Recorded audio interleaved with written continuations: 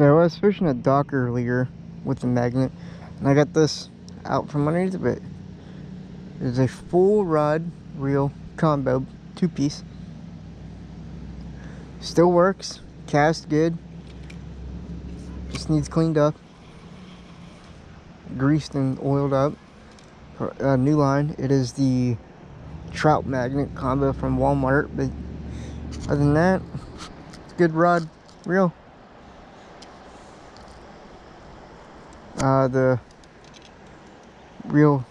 The part that you reel in with, the handle, can be switched over.